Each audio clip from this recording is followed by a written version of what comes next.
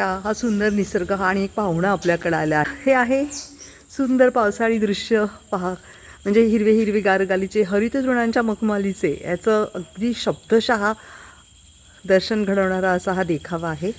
तर हे आमचं कोलाड स्थित फार्म हाऊस आहे, रेड सॉईल इको फार्म. मी मुंबईत वाढली, मुंबईतच जन्मली. मला माहीतच नाही गाव काय आहे, पण अभिजित सुर्वे यांना निसर्गाची आवड आहे.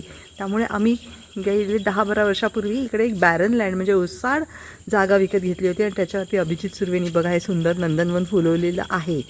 तर अशा प्रकारे स्वतःचं फार्म हाऊस बनवणं किती आर्थिकदृष्ट्या फायदेशीर आहे, बनवावं की बनवू नये, अशा प्रकारे स्वतःचं फार्म हाऊस.